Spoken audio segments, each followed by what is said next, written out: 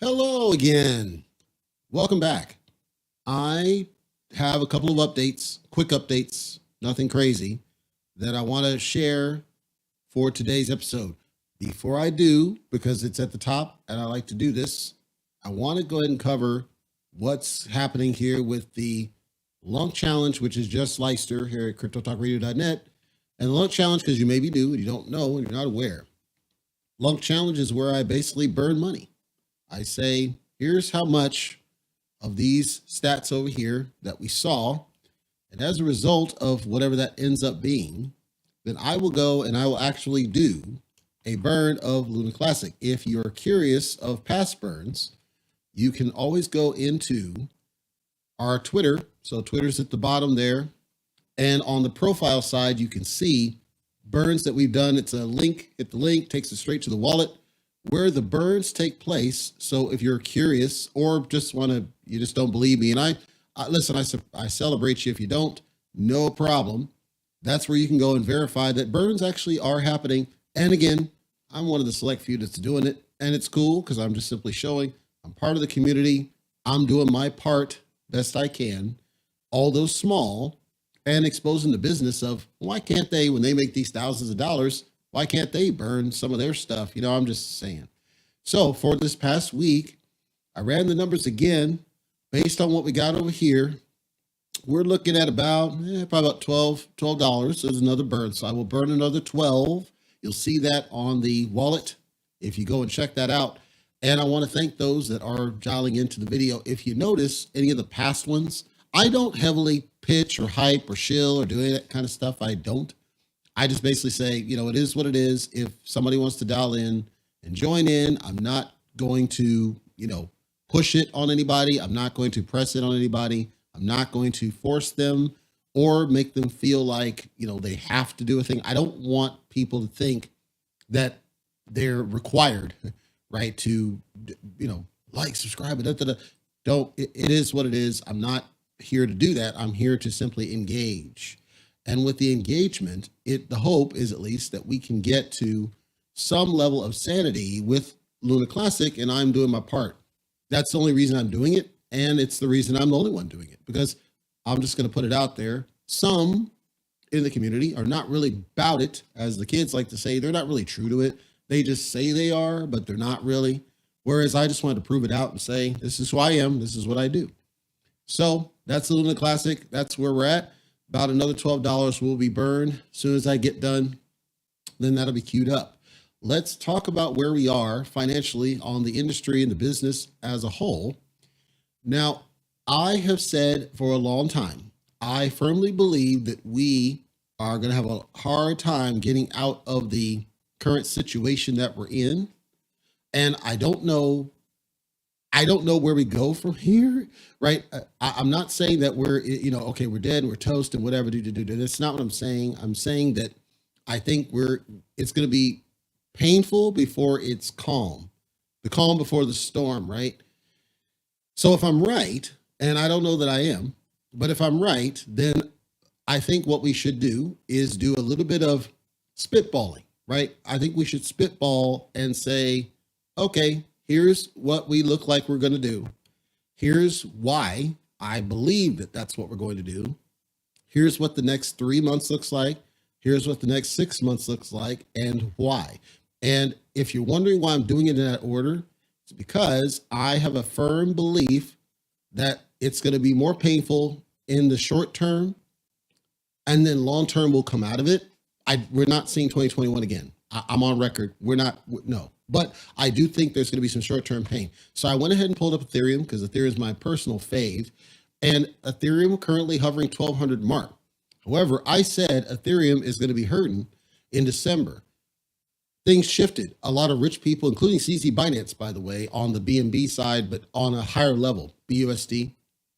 A lot of rich people are dumping into projects to try to help keep them afloat to offset what they see is also going to happen.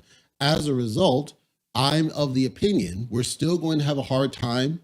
And I do think Ethereum is going to go beneath the 900 threshold. So I'm on record saying if it goes beneath the 9, I'll do live karaoke on the YouTube channel, because at this point, I don't see that we're going to do anything other than that, which is unfortunate, but that's what I see. Anyway, let's hope not.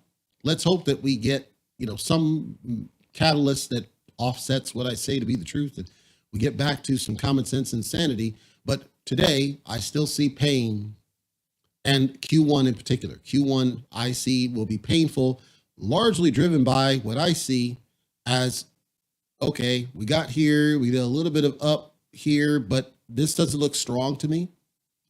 If I go month, see the difference here? So like here, it looks like a short-term all business, and then month tells me, no, it's not going to hold. This is my opinion based on what I see of graph movement over, and I do a compare that, okay, this is trying to do something, but if I look at full analysis, it's a downward trend from my eyes. Whether I get that right or wrong remains to be seen, but that's what I see of Ethereum. And then Bitcoin. Geez, I was truly concerned when I saw Bitcoin doing roughly the same thing. Went a little bit back up, went sideways on just the day, and then here you can see it's fighting to go down. It wants to go down. And if I go month, it's trending downward direction. This is my opinion based on the graphs I see. Whether I get it right or wrong remains to be seen, but this is what the graph is telling me. So long term, let us hope that we are not getting that. Let's hope that that's not the case. Let's hope I'm wrong. I want to be wrong. I want to be wrong, and I want to be seeing that either there's a catalyst that gets in the way, or I'm not reading the chart correctly, as in the long term. But long term, I see downward trend. When I say long term, I'm talking like the next, 6-8 months ish. That's my long. Beyond there could be some up, but then there could be some other, something else we learned about FTX or something else that just derails all process and all progress. Now, the interesting thing about Bitcoin, and it's going to tie to an update I got a little bit later on. The interesting thing about Bitcoin is that Bitcoin does not have anywhere near the sentiment it once had. You're not seeing the mining, as in miners, miners, jumping into the business. You're seeing sells. People are happily selling it. You're seeing that it's not anywhere near as like hoarded like it once was. But if I look at something like BNB, which is Binance coin, BNB went on a run. Now, when I go to the 1 week, notice this business here jumps from 2.7 all the way basically to 3, and then holds the line. And if you go to the month, he appears to be in an upward trend direction. Well, that's kind of weird. What is it about BNB that's causing such an upward trend? I talked about the CZ Binance. I believe that's a catalyst. BNB is deflationary. I believe that's a catalyst. Ethereum is deflationary, but I think there's too much supply out there. And I do believe there's more traffic on the Binance side because of CZ Binance. These are all theories. I could be wrong, but that's what I see. And so BNB's price is actually quite impressive.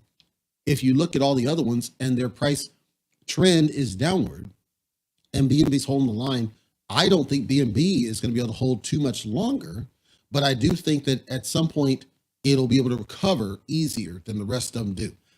So I'm going to spitball BNB because I like BNB as a trader myself. I'm going to spitball BNB. If I look at the 1 year, the 1 year is holding, but I see an upward trend potential. I see it's going to go down. So because everything's down, right? So when Ethereum goes down, everything moves with it. So it's going to be impacted no matter what. So if I'm right, I see BNB is going to have a shift down. BNB won't be as hurt by the shift down, but I do see a shift down because Ethereum is going to be going down, because Bitcoin is going to be going down. Bitcoin I see is going down to around the 12. When? I can't say, but I see it's going down around the 12. Ethereum's down. I see as low as 400. And you're like, all right. So I see BNB, I think will rebound better. I think it'll be strong for a while. It's going to go down and it's going to rebound better.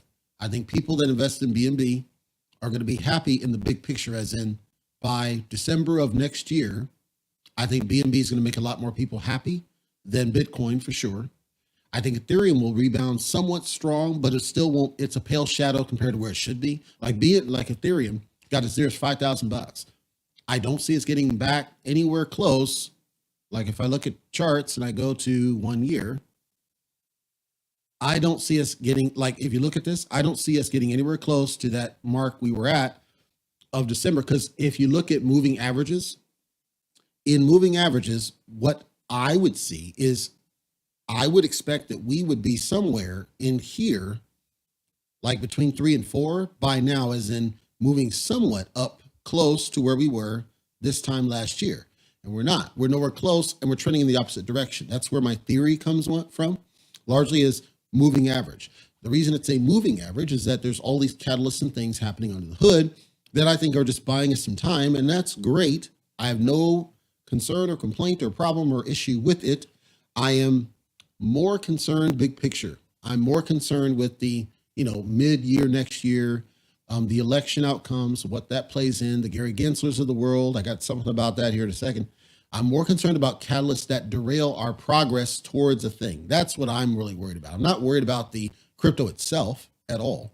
I think crypto itself is strong and people are holding the line. I think all these catalysts and things outside of it are causing some of this issue and downward pressure that is unusually long. It's not unexpected, it's unusually long.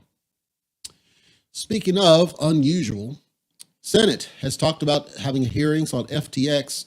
FTX, I'm not going to spend a lot of time on the business around FTX, mostly because there's too much to talk about in any one sitting.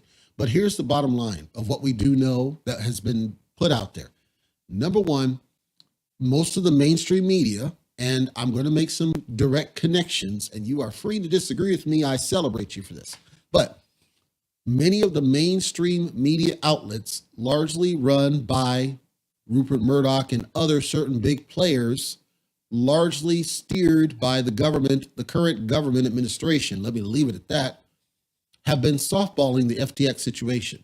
The bottom line of what happened with FTX is that this dude with the poof hair ripped people off, took their money, and now is suspected of shifting money under the hood and stealing even further and not really apologetic about what happened while running essentially an F house, a frat house, I'm trying not to cuss, a frat house out there in the Bahamas and ducking the smoke. Meanwhile, this same poof hair idiot is about to be called up to talk at a convention as if he didn't do anything wrong. And it is what it is. Doop, doop, doop. So the Senate committee hearing, do I think it's going to mean anything? No, because remember, the idiot Mark Zuckerberg, he got caught up on a hearing, nothing happened. John Stumpf, that idiot that killed Wells Fargo, he got caught up on a hearing, did not happen. Like, it's all pretense. It's all smoke and mirrors. They say they're doing a thing. They'll go up and do a thing as best they can, and then nothing comes out of it. I don't think anything is going to happen with him. Just like with Do Rugpool, a.k.a. Do Kwon, he's still out there chilling, writing code and doing all this stuff and chatting on stuff, and nobody's going after him, at least not aggressively, they're not. I think with him, they're not going to go after him. The reason that my theory, that they're not aggressively going after him is they know that if you go after him, there's going to have to be discovery at some point, and discovery is going to find these connections that have been speculated to the Gary Genslers of the world and the Elizabeth Warrens of the world, and a lot of lobbying money that's already been documented is out there that lent to the certain people being in the positions they're at, meaning that he positioned people like chess pieces on a board to get them in a way to where nothing would happen to him. So when you hear Gary Gensler talking about it's a security, if you look at FTX's business model, the entire business model, if you look at Alameda Research's business model, you can't tell me that the SEC would not have come crack down on them if they were banks. If they were traditional banks doing the same thing, the SEC would have come straight down on them for the same reasons if they were doing the same exact products. In this case, when it's an unregulated industry, as crypto is, I simply find it funny that there's no enforcement whatsoever on one of these largest exchanges that results in essentially a cascade failure. If I go back to Lehman Brothers, if I go back to Bear Stearns and all the other ones on the banking side, they went after those MFers. They were vigorous. They went after it. Were they in denial up front? Absolutely. But the point is, once the smoke hit a fever pitch, they had no choice but to go after them. All of a sudden with this one, very little or nothing. The media then soft touches it. I saw the Wall Street Journal, and everybody's making fun of it, talking about, I don't even remember what the headline said, but it said something like he his philanthropic views were affected, that just a total soft touch of the real issue. And then people on Reddit, hilarious, scratched it and said, no, his fraud cost people money. That's what happened. So put the headline right, which is the flaw of paper media. Because once they put it out there in paper writing of this is what it is, you're trying to tell the history that that's really what it was when that's not what it was. Online, they could edit it and say mea culpa. In paper, you can't do it. It's too late. You've already lied to people, misled people. So now, with this whole hearing, I have no confidence anything will happen. I have none, because I don't have any confidence in the people that are running it, because it's likely that the people that are testifying in it are at least part to blame for why it became a thing in the first place. Do I have any evidence? No. I'm just going off what I think myself. So later, there was chatter now, and somebody put out an article and they tied the dots together. I don't know if the tweet's embedded in here yet. This is not all of it. There's a tweet, and the thread basically was connecting the dots back to essentially like Poof Hair's dad and Poof Hair's mom and all his family, that they were involved in the lobbying and all this. And then Gensler had done a thing like this whole spider web of smoke around the family. Like it wasn't Poof himself, it was his family. And somehow that he had a part to play in the SEC pushing to regulate and its security and doing all this stuff while completely turning a blind eye to what was happening at FTX. Well, I have no evidence of what it was, but it became intriguing because, again, Gensler has been the main one now for a year, exacerbating the bear by saying, "Oh, it's a security. Do we need to lock it down?" And then causing the bear, depressing prices. Now we see this potential connection between that same Gary Gensler and FTX, which essentially blew up the crypto business. People are starting to wonder, was he doing that on purpose? Was he doing that because it's like a deflection, right? You're deflecting attention. You're saying, no, look over here. Chewbacca, right? Look over here. Look at the pretty monkey, right? Look over here. Look over here. Don't worry about this scam that's going on back here. This Ponzi scheme. I don't want you to talk about that. Look at the pretty monkey. That's what people are speculating. Well, that's a very intriguing, fascinating thought. And I'd love to see it proven out. The only way it's really proven out is, unfortunately, you'd have to have different people in the government who actually have morals and ethics and standards, which the current ones do not, for the same reasons that they've always, right? You still have this notion of, we want to protect people. We need to protect you. You're not smart enough to make your own decisions. So we have to create excessive regulations and lock stuff down because you're not smart enough to protect yourself. That's kind of the culture. So then when something like FTX happens, what happens? You'll see Gensler put out a video and says, well, you just need to be safe. Watch out when they're making these claims. And then this is why we need regulations. And then this potential connection surfaces. I find it fascinating. I hope you find it fascinating. And I hope there's something that comes of it, because if it turns out, right, that Gary Gensler was involved with FTX to the degree that was being stated, if it turns out that Poof Hair's family was involved with largely the reason why the current administration people are in office now, if it turns out that FTX made moves to ultimately, it's like cheating. It's like a cheat code, right? You're putting pieces in place to protect your shady business and deflect attention while you're over there doing whatever and stealing people's money and doing whatever. The stories about employees were they're buying luxury homes for their employees using customer money. None of this would be allowed in the banking industry. It's allowed in crypto because crypto is unregulated. So then SEC's excuse is, well, that's why we need regs. Instead of, well, it's illegal, bottom line.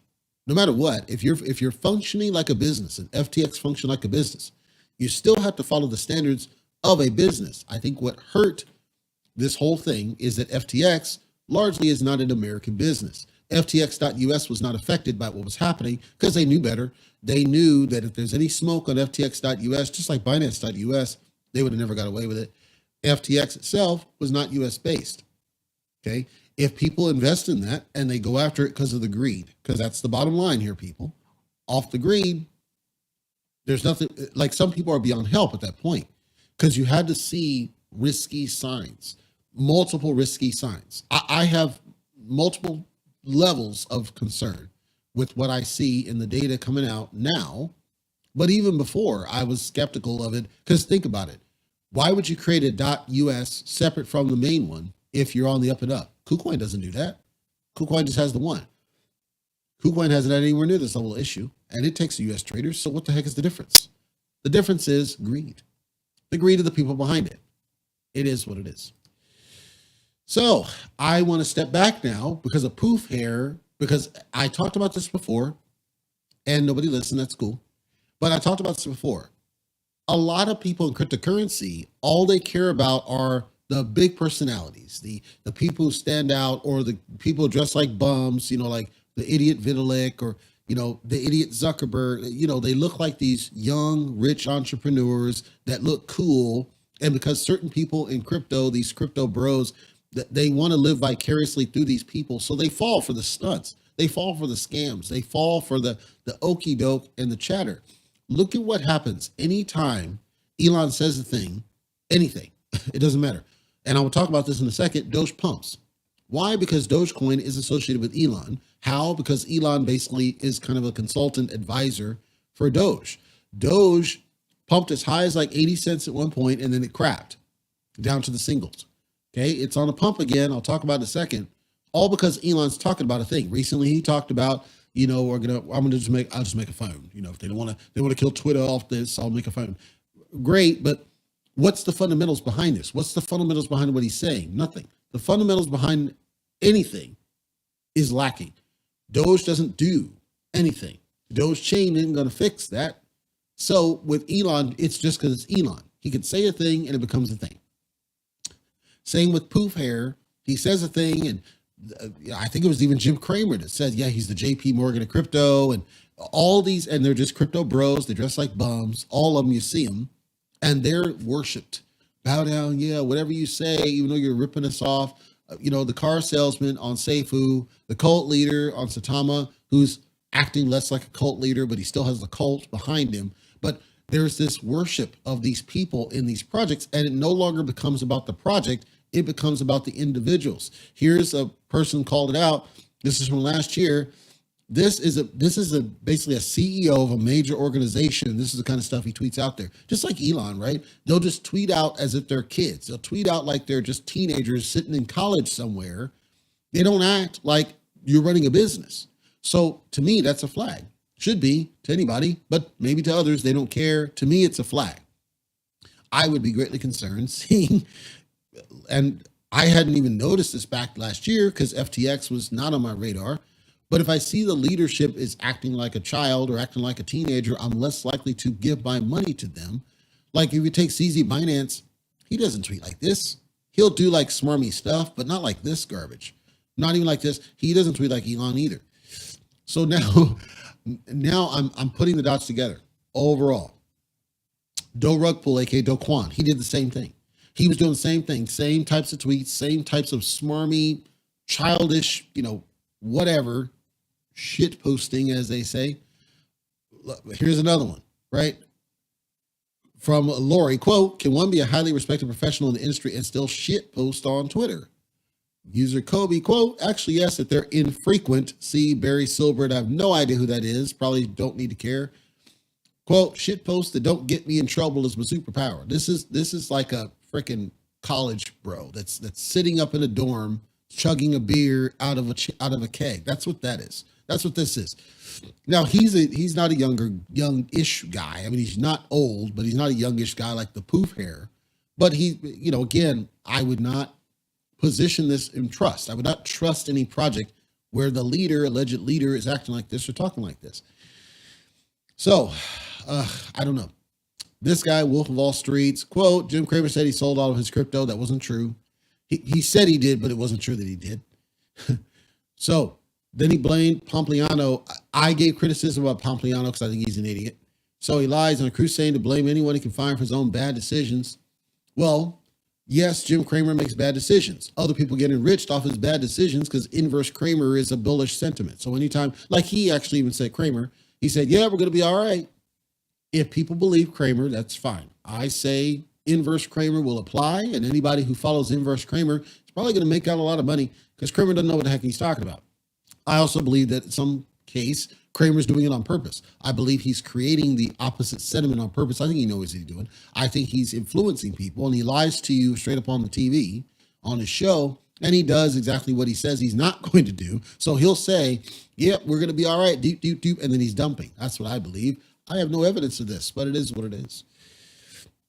This next topic is near and dear to my heart, and it's about games. I talked about Zilliqa. Zilliqa is another project. It's Web3, and they were talking about creating a gaming console on the blockchain.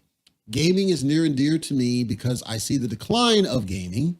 Decline meaning that most modern games are crap because they're catering to the mainstream. They're afraid to take risks. They're afraid to make crass humor. They're afraid to use true sexuality. They're afraid to offend anybody. They don't want to have endings where people are actually hurt or people are actually sad or people are actually injured. People are dead. They're afraid to do these things now because unfortunately, social media has caused them to think that, no, this is what we should do. It's just mainstream it. As a result, every game looks the same from my eyes. I was watching the Final Fantasy 16 terrible garbage trailers I saw out there that looked like it basically looks like Dark Souls on steroids. That's what I see. It looks like crap. As a result, people get tired of them faster. They no longer persist. They're no longer memorable. If you think of games like Chrono Trigger, which is shown here, it lasts the test of time. People remember it decades after the fact because it was actually a fun game. Well, as more crypto projects get into gaming, and I'm not even talking about the NFT games or the sand, the metaverse crap. I'm talking games that hopefully will show up. I'm talking actual games. You can play them offline. They don't have any, MMO. It's just a game. It's just fun. The thought is if you're going to do that, the game better dang well be fun more than anything else. It's not even about graphics to a significant degree. It's about fun.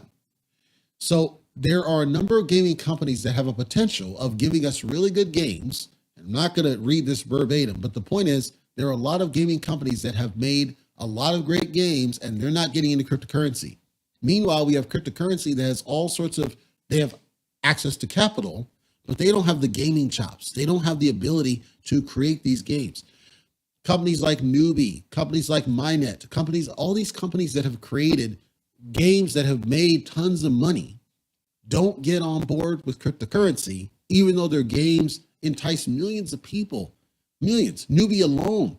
Valkyrie Crusade. I challenge you to go search out Valkyrie Crusade. Valkyrie Crusade might as well be an NFT game. Like if you think about the art that's there, imagine it as an NFT game. That project would make billions and billions of dollars, but they're not smart enough to leap on and capitalize on what we're talking about here.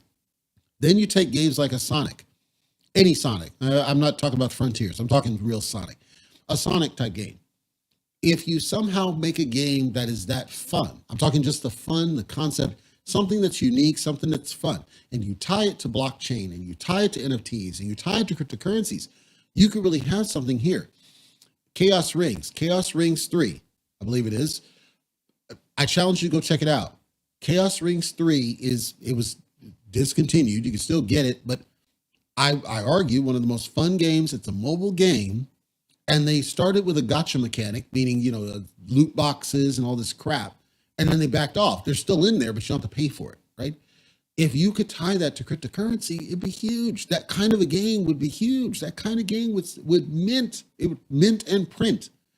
But you have two different sides. You have the real developers who know how to make games correctly, and they don't speak crypto. You got crypto people who don't understand games that are fun. So games are all over the place. There's tons of games. I would argue none of them are really fun. As a result, people don't keep playing them because they're not fun. They're not built to be fun. We don't have anywhere near the level of something like Triangle Strategy, Octopath Traveler, or something of that. It doesn't need to be a AAA title, but it certainly needs to be somewhat quality and then tie it to cryptocurrency for what it's doing, right? This can be a number of things. Imagine if you have fighting games, right? In the olden days, we would track tournaments. Imagine how you can possibly tie in fighting games, and I'm not talking the garbage like a Tekken. I'm talking like a Street Fighter, right? A Mortal Kombat, fighting games, and you tie it to tourney, and you tie that to blockchain, and you can use cryptocurrency as rewards for winning rounds, winning games. So you're actually earning as you play the game. And as you play the game, you're supporting the blockchain, which is traffic, and there's awareness and there's visibility. And then investors can invest to support the tournaments. Do you know how many tournaments continue to happen across the globe where they're not leveraging blockchain at all to support the tournament activities, to support the fun activities, where there could be a cryptocurrency component tied into it and make everybody freaking rich? Anyhow, so my summary is there's a lost opportunity with gaming cryptocurrency. And it's because you have two sides of it. You have the gaming people, they don't understand crypto, and the crypto people don't understand gaming. And it's sad because there's so much huge opportunity across it that they could be using. You could tie it to the speedrunners. Imagine that. Compensating the person who wins a speed run competition fair and square using blockchain technology to make sure they didn't cheat. I could go on and on and on and on and on and on and on. And the sad thing is that many of these crypto projects are so arrogant, their ego's so out there, they're not willing to listen to ideas like mine that can help them change the game. Because if you took a really good game developer, I'm talking a really good game developer from like a Konami or, one of the lesser studios from like a Konami, some person, they don't make a lot of money at what they do, want to make some money on the side and get them engaged to try to make that next big thing. There's huge opportunity, huge potential not being used. So I'm cheering on Zilliqa because if they're able to make a Web3 gaming console, it might be the start of a shift in that mentality, because then the publishers, the developers and the publishers of the games might take notice and say, oh, okay, I just need to port my game over to your console to maximize my market share. And then if Zilliqa does it right and they market it to the crypto community, okay, then the publisher and the developer win. They win automatically. Think of if the game developer, right? They're willing to actually give you the game. They'll give you the game. All you have to do is play it, participate, so that they generate their own passive profit through blockchain, through cryptocurrency, to where they don't have to charge you $60 for what's basically a $20 game. Could you imagine Madden tournaments where they'll give you the freaking disc? They'll give you the freaking disc. All you got to do is play. All you got to do is play against people across the globe. Play. And the winners, they get rewarded. And we'll give you some cryptocurrency. Because it's blockchain, there's rapid activity. You tie in birds, you tie the mechanics to it, and now everybody gets rich off things people do already. They do this already. They do this now, but you're not getting paid for it. Instead, what happens? You spend $60 on the latest Madden or the latest NBA game or whatever crap, and if you beat it or you're done with it, and then you move on, and you spend another $60 on the next one, and this one has no trade-in value because nobody cares about the prior year. It's all like you're scamming yourself. You're scamming yourself out of so much profit potential. Crypto gaming is so underutilized, and it's disappointing. It really is, because there's so much talent out there in gaming that don't understand cryptocurrency, or they're afraid of it. One of the two. I would, and I think Madden's garbage, but I would play freaking Madden if I knew I could win some coins for beating the crap out of somebody across the, in Vermont or whatever. I would, man, and don't get me started. If they ever do something on Street Fighter, I will dust off the trophy, and I will get on that, and I will school people, just like the old days back when in that day, where it didn't matter. I'll let you pick my person. I'll beat you with him. That's how good I was with that one. Now let's talk about Doge, because I mentioned Doge. Doge, excuse me, has been pumping ever recently. The reason for the pump has been there was a threat, empty threat, that Apple and Google would remove Twitter from the store in protest to Elon Musk. Now, I want you to think about this. These companies, these for-profit companies, are trying to bully this guy by saying, we'll just remove your app from the store. This happened to Parler, by the way. It didn't win. Parler still has its market share. If anything, it made Parler more popular. Like doing that kind of a ban, doing that kind of censorship, taking away people's choice of what they do is not the right answer. That's an ESG mindset. And I talked about ESG on our sister podcast, casualtalkradio.net. ESG is this idea. There's a conglomerate, I can only describe it as, of very rich people who are trying to steer these companies into making these decisions because they believe it's in the best interest of the public good. The truth is you're taking away people's individual choice. And when you do that, you're making them weaker. The strength of people is the desire to consume. It's also the ability to filter what you consume. If I don't like music that's on the radio, I turn the freaking channel. I don't call the station and say, hey, your music freaking sucks. I go to a different radio station. If there's a game I think is crap, I'm going to return it. right? If there's a TV show I don't like, I'm going to change the freaking channel. What we've conditioned people to do instead is whine and complain when it's something we don't like. We want that, and that's what ESG pushes. It pushes this idea that, well, you shouldn't like that, so they should change, instead of you shouldn't like that, so you should go a different direction and speak with your wallet. Because if you look, there was a company, and I forget the name off top, but it was for styptic. Styptic is when you shave and you cut yourself, and you do that. They had a little deal. It was a plastic deal, looked like a Q-tip. You cracked it and then go like this. And it was perfect. I think it was 8 years ago. This is a 70-year company. 8 years ago, they bought into the whole plastic is bad crap. And I wrote an article about that on what used to be LinkedIn back in the day. They went in on this whole plastic is bad. And so they went away from the plastic, and then they instead went with just basically a wooden stick with this powder hardened on the tip of it that you have to wet. So it's not as portable. You can't do it in the car. You can't do it like you could have. And it killed the business. They had to shut down because it's like, stop changing for the sake of freaking changing. Just because this person over here doesn't like plastic, you don't change your whole business. You tell them you can go with any other project you want. There's tons of styptic opportunities out there for you if you don't like ours. Instead, ESG pushes the idea that we should force change on companies.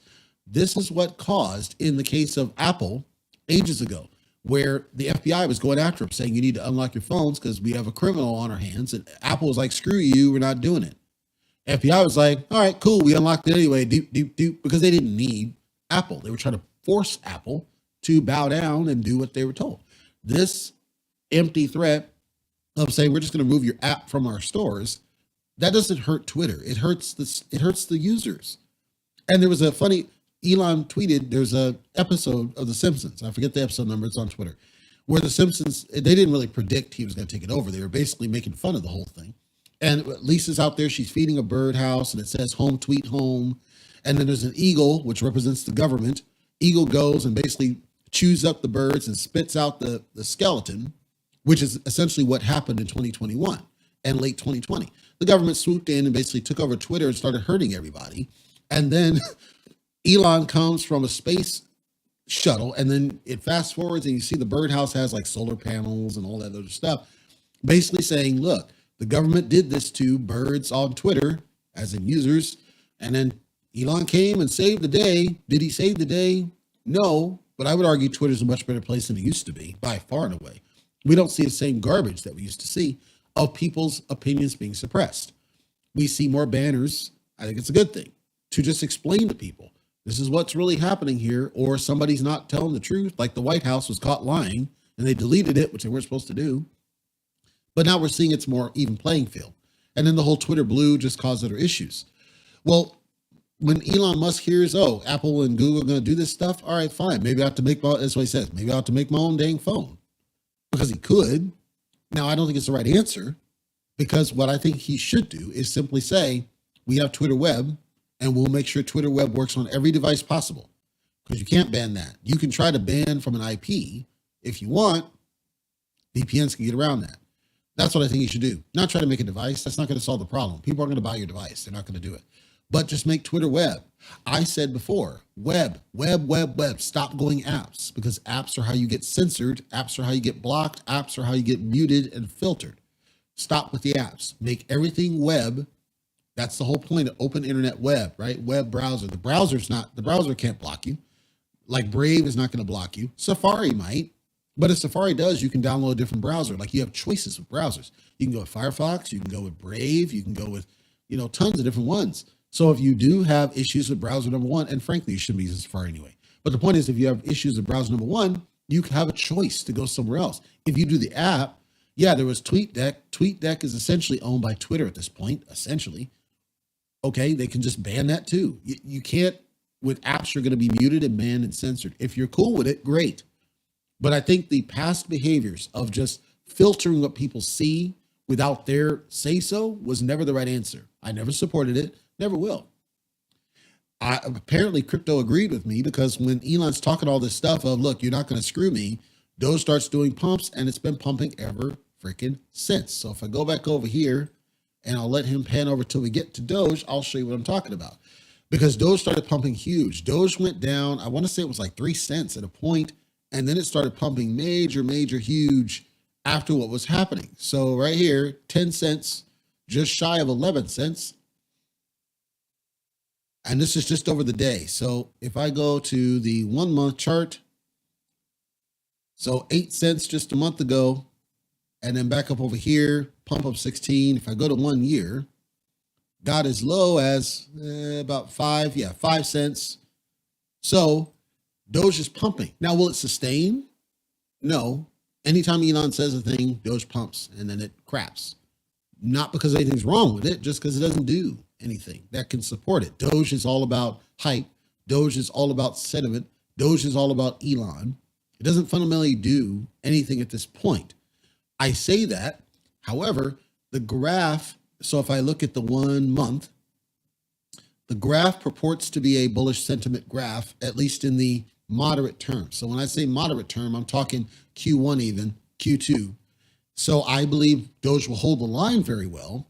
So like right now, as I talk, it's about 20 some odd cents-ish that it's positioned to go to. So I'll go back to the 1 week. So notice we're at 10 and notice the velocity basically like right here, 8, 9, 10, all in the span of 1 day, right? So the velocity would tell me it's about going to 20 cents. That's not bad because if you're in there, you might 2x what you have in there. Great. If you've been holding major amounts of it from when it crapped out, you might make some good money. Like if you bought in back at the 5 mark, well, geez, that'd be a 4x if it goes that high. If it goes that high, I don't know if it truly does, but that's what it seems to be. Like based on this kind of a run up, it might. That's possible. Long term, Doge's peak, I want to say was 78 cents, somewhere in that range. I do believe that Doge will get back to that point if Elon continues to disrupt the industry. If Elon continues to basically piss people off like he's been doing, and it disrupts the industry and he can make Twitter better, and he goes forward with his plans that he's been talking about, I do think Doge has the opportunity to get at least close to where it was before. So you're talking in the 70 range, possibly 80 cents range. Do I think it gets to $1? Maybe. I doubt it, but maybe. Well, that's huge because again, if you were at, let's say you bought in here at 10 cents back here, and it does go to $1, it's a lot of freaking money gained on a token that doesn't do anything. It has no burn, prints all the time. That's not bad. It's not. But I want to be clear. It's all based on hopium. It's based on Elon. It's based on sentiment. It's not based on fundamentals. Nothing wrong with it. I want to make sure you're clear. I'm not advocating doing it. I'm being clear that yes, it can do that because all of this run up is because of Elon. It's because he's saying things that are causing a positive sentiment that is shifting to Doge because of his alliance with Doge. It's not because of anything that Doge is doing. Has never been, likely will never be, because of the way Doge was built initially. Now I got some quick ones. So proof of work. The New York governor, who's an idiot, New York governor has essentially banned proof of work mining. In New York, the ban is a 2-year ban. And the reason, of course, is it uses as has been talked about. They're concerned and have been told repeatedly by the federal government that proof of work is deleterious to our climate. Whether it is or not compared to other things is not for me to say. The point is, that's what's driving this ban on proof of work mining. Is this going to make a significant difference in the climate? No. Number one, because it never did. And number two, because ultimately other states are actually welcoming mining. They want the mining because they know it helps the economy. Like smart states understand that proof of work mining helps the economy. You have to buy the equipment. You have to buy the space. You have to pay the utilities. Over time, the utility cost increases. In many cases, they're doing solar. So it actually supports green if you do it right. Some support hydroelectric, which supports green if you do it right. Some support wind, which supports green if you do it right. If you take farmland, there are tons of open farmland where you could use this kind of a thing to then generate a second passive source of income. And you contribute back to the economy because you're having to pay for this stuff and you're paying the bills and everything else. What do I think truly of this? I believe this is all smoke designed to appease the current federal government. I think this would never have passed if we had a different outcome in our elections. I believe that. I believe that this is pandering. You're pandering to the current people in office who say energy usage deep over and over again. And multiple come out and say, no, the energy usage you're talking about is misleading. It is not having that level of damage on the climate compared to other things that we can talk about, like some of the people in that same government taking private jets all over the freaking world. Let's be honest. So do I think anything will come of it? Maybe. I will say that this is an American thing primarily. There were bans, certainly overseas, but it's America that's really pushing this energy usage deep narrative that's driving a lot of this stuff. That's stupid. And remember, New York was that same freaking state that had banned SHIB at one point. People couldn't buy their SHIB if they lived in New York, and I had to explain them, almost cussed, why the frick do you keep living in New York? Why don't you move out and go somewhere that actually supports your freedoms? And you know, it is what it is. Litecoin. Litecoin has been going on a little bit of a run. There's two main things. Like I said, this will be brief, but two main things. Number one, Litecoin is still mineable, quote unquote.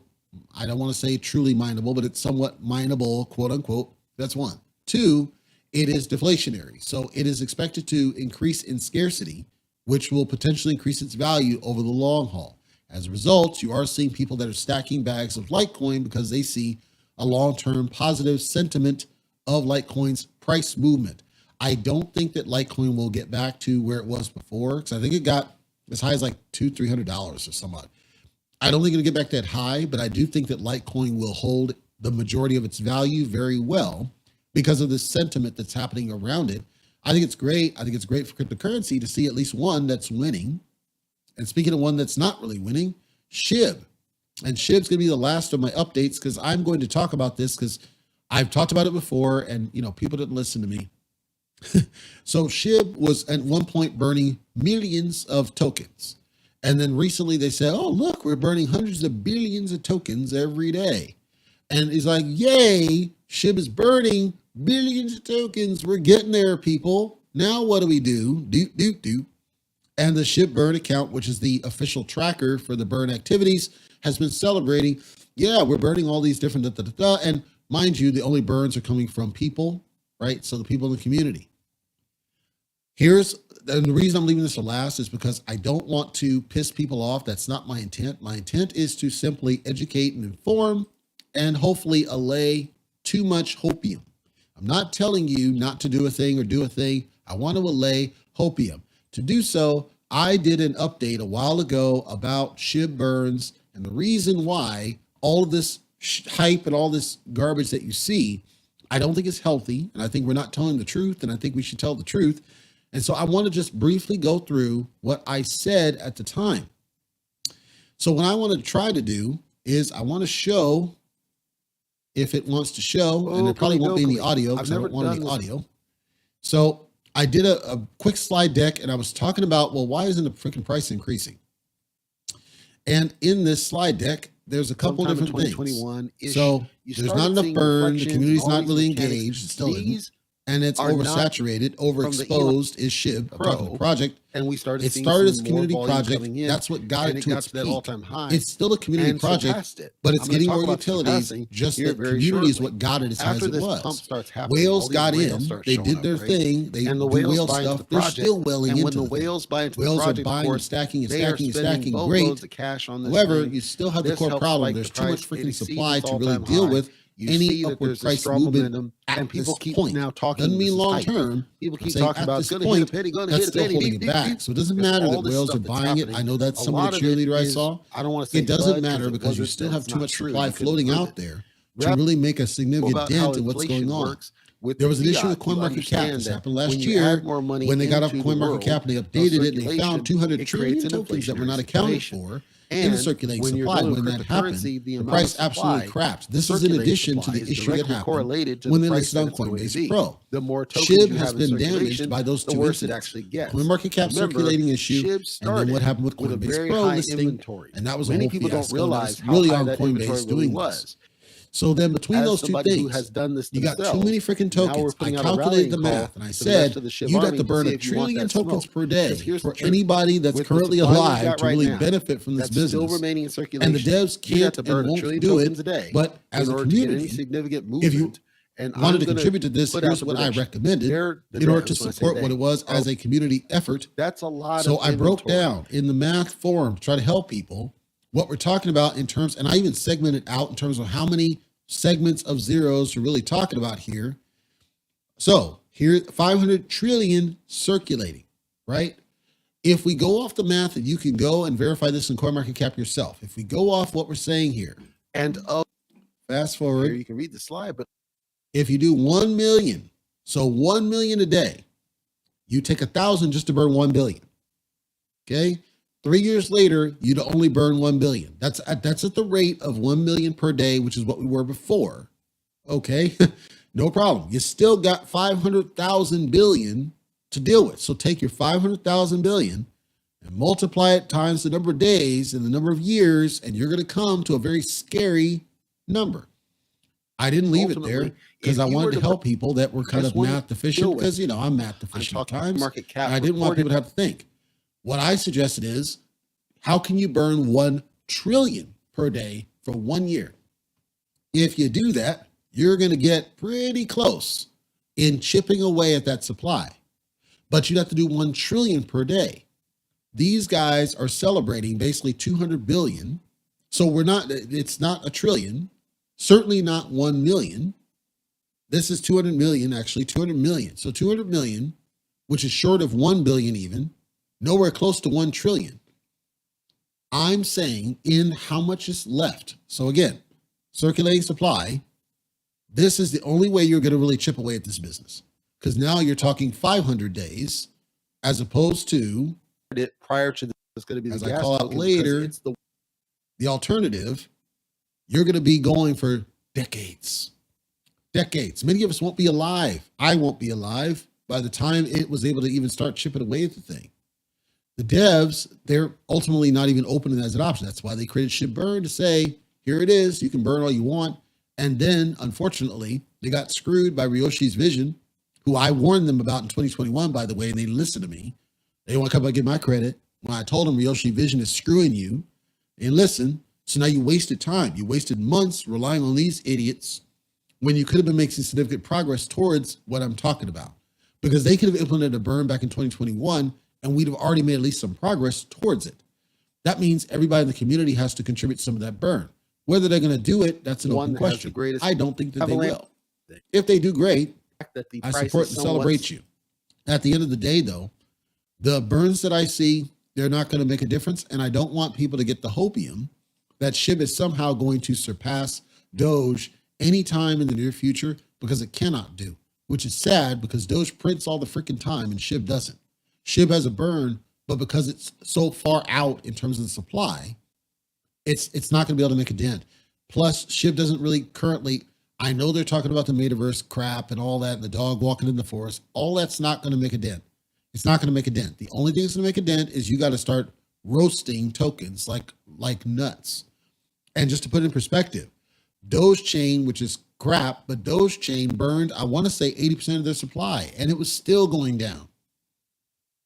It is what it is. Like, it's the math of it. They took too dang long to actually do something about their project. So, big picture, if you're in SHIB and you believe in SHIB, continue to believe in SHIB. I'm saying that if you want SHIB to go up in price significantly, you've got to get rid of excessive supply. And if you don't, it's not going to go anywhere significant as a result, because there's too much freaking supply. That's the bottom line. It's not that SHIB is doing anything wrong, quote unquote.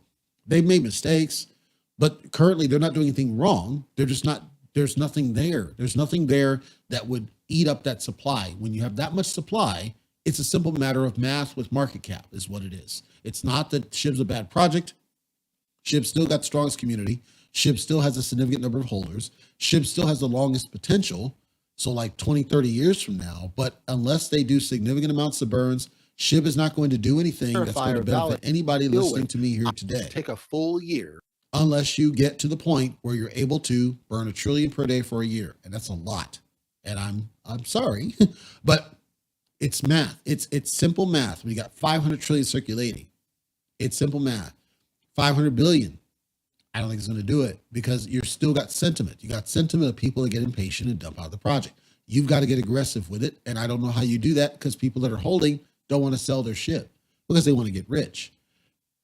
It is what it is. So with all that said, I'm going to shut up now and let's go ahead and just chat a little bit. Big picture. First, long challenge. I'm going to burn another $12. I want to repeat that.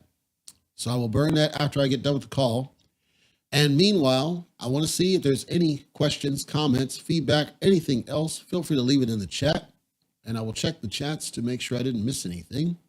I don't believe so. And then we'll wrap up.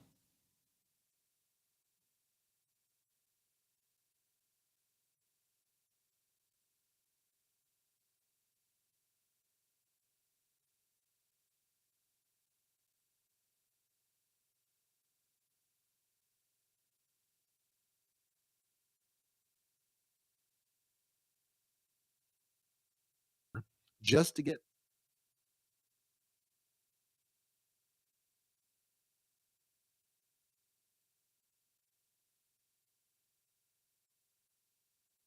Good enough.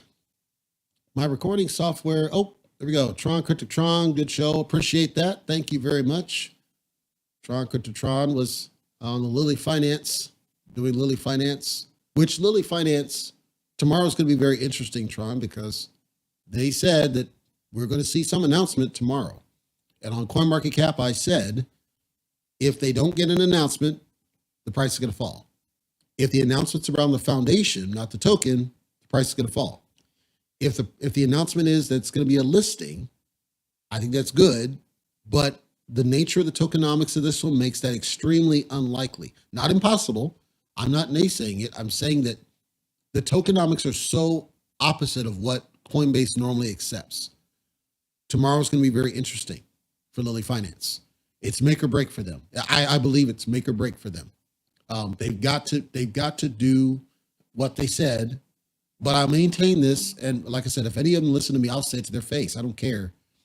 They should never have done an announcement. No matter what, they should never have done an announcement. I understand why they did. They shouldn't have done it. Because if they hadn't done an announcement, and let's say there's rumors. Let's say there's rumors from the community. No announcement, no official anything, just rumors. I think they'd have had a stronger pump than what we ended up with. And we lost momentum when it was when that idiot, Zach, whatever, came out and said, no, it ain't happening. They should just let the rumors fly and let the rumors create the pump. That would have been a stronger pump because that's what happened to Saitama. Saitama had rumors leading up. July, August, September, October had nothing but rumors of this is what's going to happen. October's where they went wrong. Point is, there was rumors, there was chatters about what was going to happen in the future, and it was just nothing but up, up, up, up. That thing was climbing like crazy off nothing really but rumors. That's what they should have done. Keep the mouth shut on the official. Let people rumor, let people chat, and just say we don't have any statement to make at this time. All that's going to do is create more potential hype. Then people can at least make some profit, if nothing else. People can still make profit off Lilly Finance. Certainly, you're making reflections, right? Yeah. Worried about the delay after setting the date. I understand, but here's the thing. I think the strong members of the community would have recognized that, yes, there's a potential that the date might not go. There's a potential that things might get delayed. It happens. It happens all the time. But then it wouldn't have been on them. It would have been on Coinbase. If Coinbase delays it, that's not their fault. People just attack Coinbase. Okay, why the heck can't you get this on in time? That happened to SHIB. SHIB was supposed to be launched. It delayed. They initially delayed it. It wasn't on SHIB. It was on Coinbase. And then when Coinbase did launch it, they still screwed it up. And people attacked Coinbase. It wasn't SHIB's fault. SHIB suffered, but SHIB doesn't have reflections.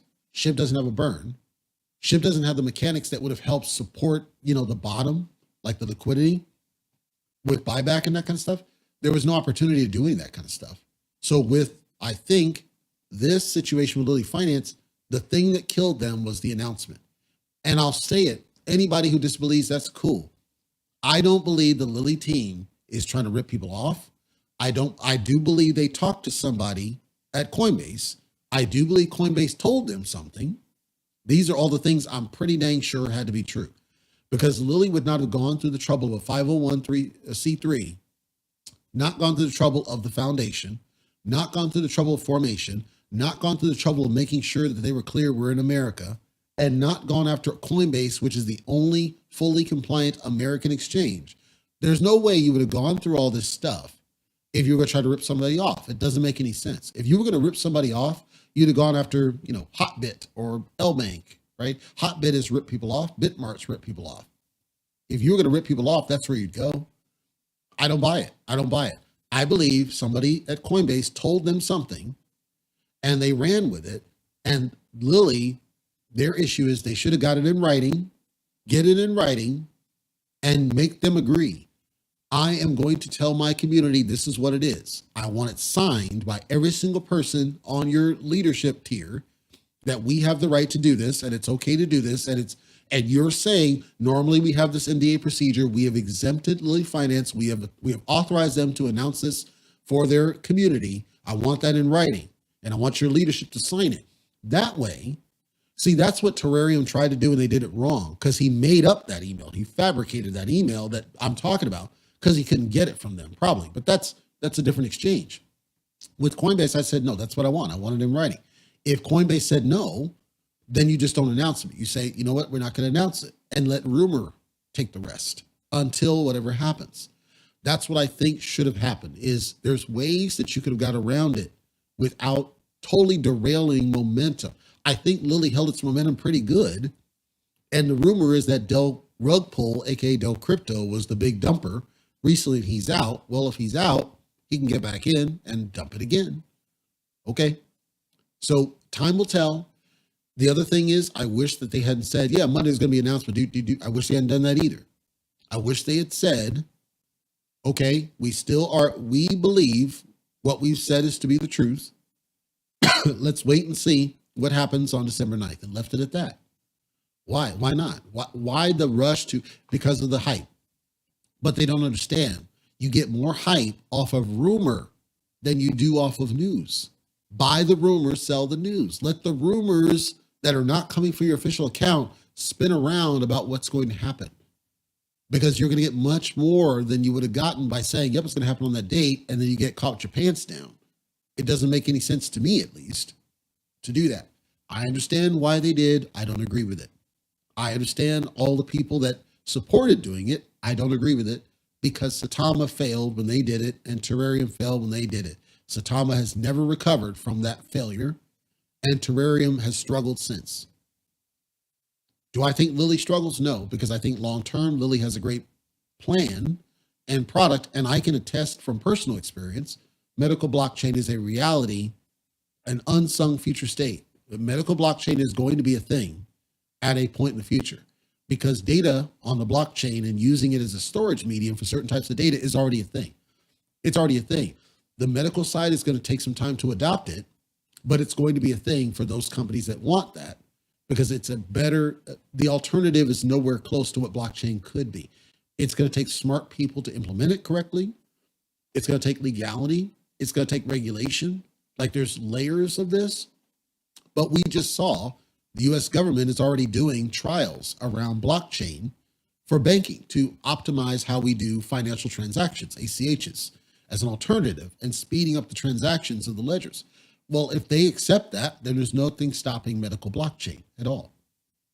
So I do see strong long-term potential in what Lilly's trying to do.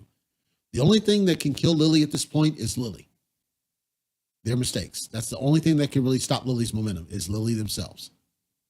Same with Saitama, same with Terrarium, same with every other crypto project.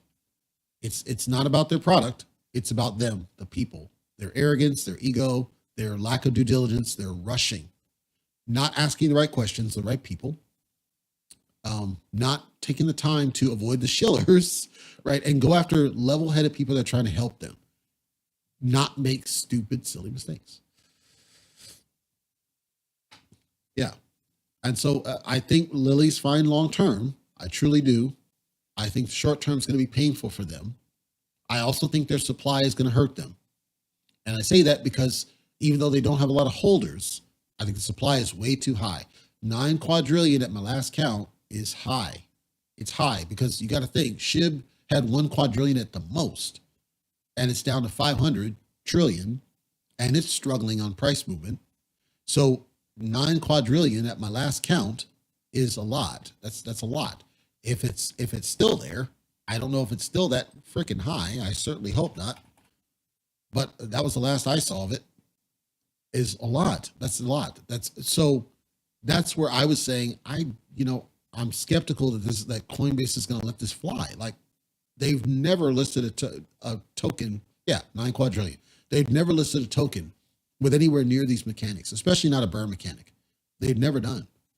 So yeah, I saw him say it for the blockchain. The point is that the exchanges normally don't like to see, like, not the exchanges, not plural, but like Coinbase, because it's in the US, they don't like to see aggressive supplies like this on the token you list. So then, like SHIB, the way SHIB got around it was Bone. Bone got on the exchange without a problem because Bone only had like 1 billion of supply.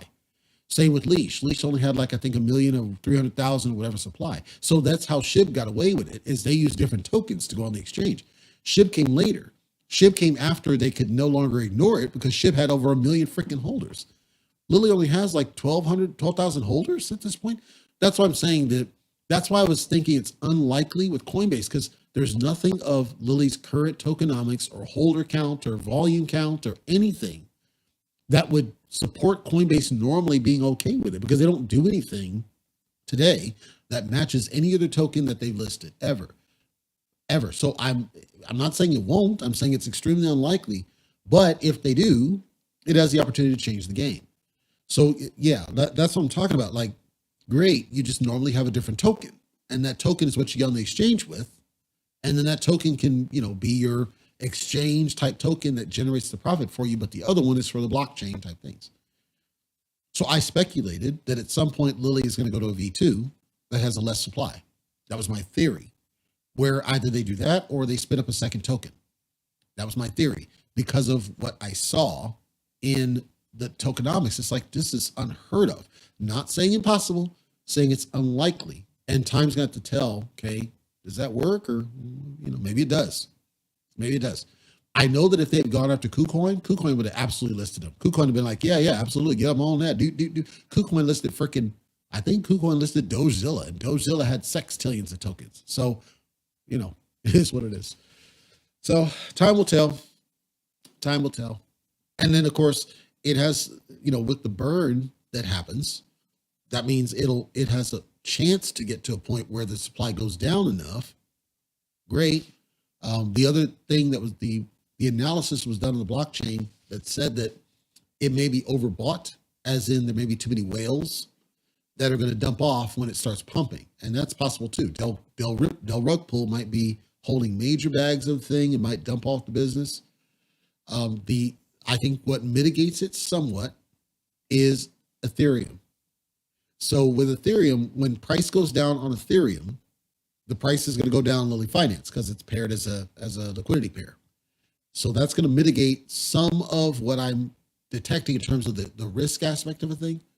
But it also means that people will see a discount opportunity and may buy and stack major bags on a run up, similar to what we saw with SHIB in early 2021. Maybe that's possible. Being able to buy Lilly with cash, straight cash, might be a mitigating factor. International, we have to look at international, see how that looks. That might be a mitigating factor.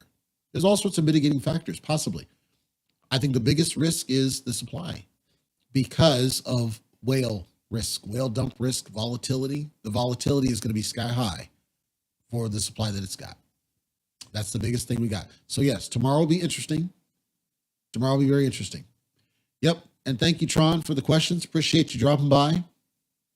Any other questions, chats, comments, feedback, please leave them for me and I will get you answers.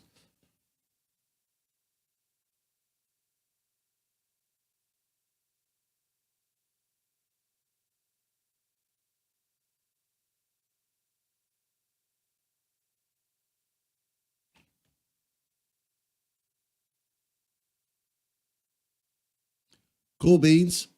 I'll close with just one note about Luna Classic. I didn't talk extensively because Luna Classic is going through some turmoil right now, mostly because of Bitcoin, but also because of their community. But just real quick on Luna Classic. Luna Classic, the Terror Rebels have been working really hard to try to salvage a project that Do Rug Pull, aka Do Kwon, essentially destroyed. Do Rug Pull has been consulted because his organization ultimately has knowledge that Terra Rebels lacks in terms of how to work it. I talked about that when it first happened. I think long term, Luna Classic is, I said it before, I think Luna Classic is really that boardwalk, and Lilly Finance, or Lillian Finance, is the Park Place. By which I mean that there's a random chance they're going to land on something big. But when they do, it's going to be the greatest payout of pretty much anything out there, mostly because of the long-term, the future state, the potential, especially Luna Classic. Luna Classic has a strong long-term potential. If Luna, like, it's estimated to literally crap out is Luna Classic, possibly down to its base price when the whole fiasco happened. If it does, that means when it goes back up, you have an opportunity for 10x again, like people did when it first crapped out. That's huge for some people that are in Luna Classic. So I'm saying that it's going to have some red.